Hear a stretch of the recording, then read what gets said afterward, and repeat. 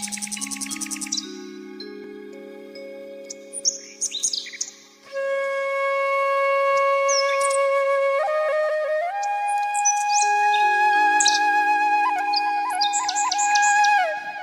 श्री राम मित्रों, आज के एपिसोड में हम बात करेंगे कि यादव कुल का विनाश कैसे हुआ। उस यादव कुल में जिसमें समस्त चर अचर के नियंता भगवान विष्णु श्री कृष्ण के रूप में अपना नवा अवतार द्वापर युग में लेते हैं, ऐसा शक्तिशाली और सामर्थ्यवान था यादव कुल। उसका विनाश कैसे हुआ, यह जिज्ञासा हमारे मन में हो सकती है।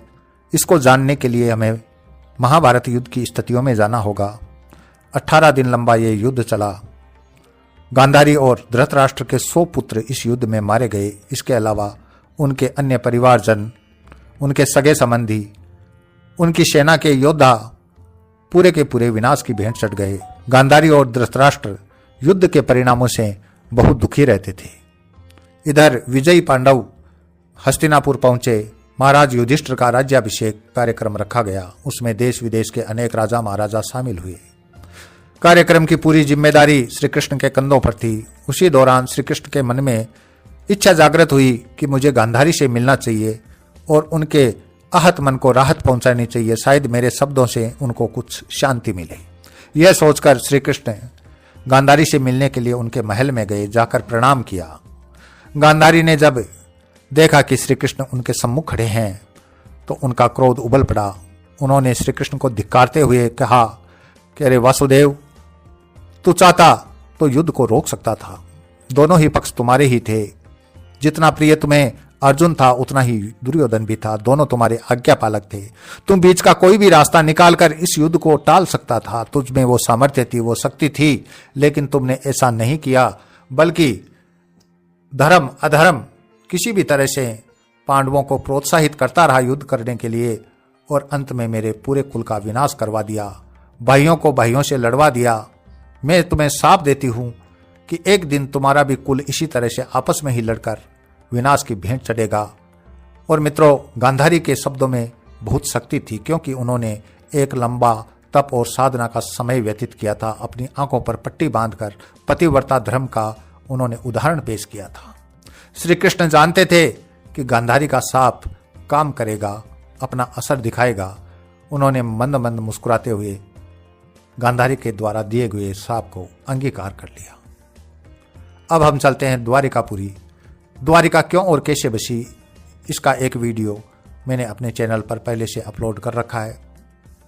तो द्वारिकापुरी को बसे हुए 36वां वर्ष चल रहा था। महाभारत के युद्ध को भी 35 साल हो चुके थे। गांधारी के शाप ने अब अपना असर दिखाना शुरू किया।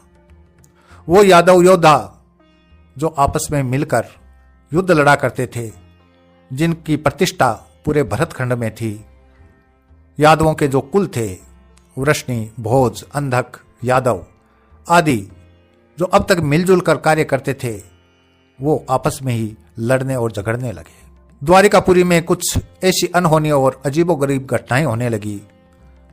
यादव योद्धा नाच और गाने में पूरे दिन लिप्त रहते, भोग विलास में डूबे रहते और खुलेआम श्री कृष्ण के सम्मुख ही मदिरा पान करते। अब ऐसी स्थिति में श्री कृष्ण के पास जब वो समाचार पहुंचते तो वो तटस्थ भाव से सब कुछ देखते, सुनते और जानते थे कि काल अपनी गति से चल रहा है। और मित्रों, इसी समय आग में घी डालने वाला एक कार्य और हो गया। एक बार ऋषि विश्वामित्र, ऋषि कणव और देव ऋषि नारद द्वारिकापुरी का भ्रमण करने के लिए आए, क्योंकि द्वारिकापुरी अपने सौंदर्य और वैभव में इंद्र की नगरी अलकापुरी के समान थी। तो इन ऋषि मुनियों की इच्छा हुई कि द्वारिकापुरी का भ्रमण भी किया जाए और श्री कृष्ण से भी भेंट की जाए। इधर इन ऋषि मुनियों ने द्वारिका नगर में प्रवेश किया। उस समय श्री कृष्ण का पुत्र शांब अपने कुछ युवा मित्रों के साथ हंसी ठिठोली कर रहा था। उन्होंने देखा कि उनकी नगरी में कुछ ऋषि मुनि आए हैं, तो उनको मजाक सूझा। उन्होंने शांब को स्त्रियों के कपड़े पहना दिए और घूंघट निकालकर ऋषि मुनियों के सामने जाकर कहा कि मुनिवर, ये एक यादव योद्धा की पत्नी है और गर्भवती है। इसके गर्भ से बालक का जन्म होगा या बालिका का, आप जरा देख के बताइए। ऋषियों ने अपने अंतर्मन से पूरी बात जान ली।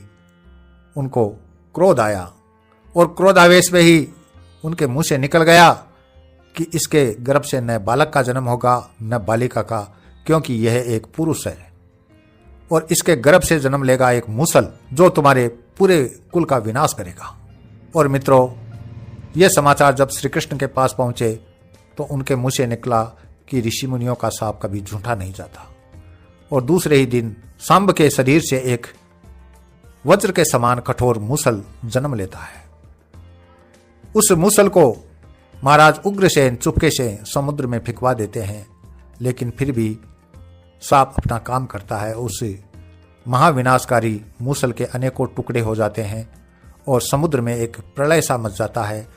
उसके जो टुकड़े हैं वो तैरते तैरते किनारे तक पहुंच जाते हैं। श्री कृष्ण काल की गति को देख रहे थे। उन्होंने घोषणा करवा दी पूरी द्वारिकापुरी में कि शीघ्रता से द्वारिका को खाली कर दिया जाए, क्योंकि द्वारिका अब डूबने वाली है, उसका समय पूरा हो गया है। तो द्वारिका के समस्त नर नारी अपने ढोल डंगरों को और बहुमूल्य वस्तुओं को लेकर श्री कृष्ण के आदेशानुसार पास में ही स्थित एक तीर्थ स्थल जिसका नाम प्रभास तीर्थ था, वहां जाकर के रहना शुरू कर देते। लेकिन श्री कृष्ण के पिता वसुदेव जी और यादव कुल की स्त्रियां और कुछ बच्चे और बहुमूल्य जो सामग्री रत्न सोना चांदी आदि था वो द्वारिकापुरी में ही रह जाता है। श्री कृष्ण के पास समाचार पहुंचता है कि यादवों ने अपना अनाचार प्रभास तीर्थ में भी फैला दिया है और वो वहां भी अपनी आदतों के कारण मदिरा पान करते हैं और आपस में ही झगड़ा करते रहते हैं। और मित्रों, एक दिन तो ऐसा हुआ कि यादवों में आपस में ही कहासुनी हो गई और कहासुनी झगड़े में बदल गई और झगड़ा मारकाट में बदल गया। जब श्री कृष्ण के पास ये समाचार पहुंचे तो वो शीघ्रता से प्रभास तीर्थ पहुंचे। वहां जाकर उन्होंने देखा कि उनका पुत्र शांब भी मारा गया है, तो उनको अत्यधिक क्रोध आया। उन्होंने एक घास का तिनका उखाड़ा, वो उखाड़ते ही मूसल बन गया लोहे का। उस मूसल से उन्होंने बचे कुचे यादवों का भी अपने ही हाथों से विनाश कर दिया और श्री कृष्ण के सारथी और उनके भाई बलराम के अलावा सारे यादव वंशी मारे गए। उन्होंने अपने विश्वास पात्र सारथी को अर्जुन को संदेश देने के लिए भेज दिया। अब बचे बलराम और श्री कृष्ण। बलराम को वहीं छोड़कर श्री कृष्ण यादव वंश का विनाश हो गया है यह समाचार देने के लिए वापस द्वारिका आए। आकर वसुदेव जी को सारा समाचार कह सुनाया और फिर शीघ्रता से वापस बलराम के पास पहुंच गए।